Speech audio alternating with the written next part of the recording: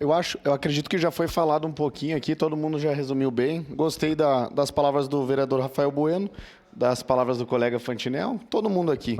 Só queria fazer um adendo ali, vereador Capitão Ramon, quando eu e a Daiane Mello estivemos lá na Rua dos Brilhantes, lá no Vila Lobos, lá, o pessoal, a comunidade estava nos informando que o cartório lá, que está vendo as regularizações, falou que a rua, a empresa, né, no caso, falou que a rua sairia tal dia, que tal dia a emenda da Denise Pessoa ia ser usada.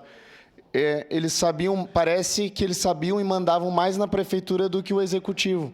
Então, nós, vereadores, estávamos sem informação, a gente estava sem informação, e aqui eu deixo o recado para a prefeitura, que a cidade não tem dono, nenhuma empresa manda no executivo, nem no legislativo. A partir de agora, a gente vou mandar o jurídico também analisar todas. Eu nem cheguei nas licitações ainda, a gente já está dando uma dor de cabeça para o prefeito com oposição, mas a gente nem começou. A questão da SEMA já deu uma dorzinha de cabeça, imagina quando a gente chegar nesses pontos. Então, aqui vai o aviso, a gente vai revisar, vou botar o jurídico, revisar todos os contratos, como que estão essas parcerias com as empresas, e eu concordo com os vereadores aqui, até da ideologia contrária, que faça uma audiência pública para explicar para a comunidade as atitudes que vão tomar. Que não tomem assim, pela porta dos fundos, parece, e lá a população perdida, a comunidade sem saber, e nós menos ainda, né? Então, primeiro os vereadores dessa casa, que é o legislativo, a gente representa as pessoas.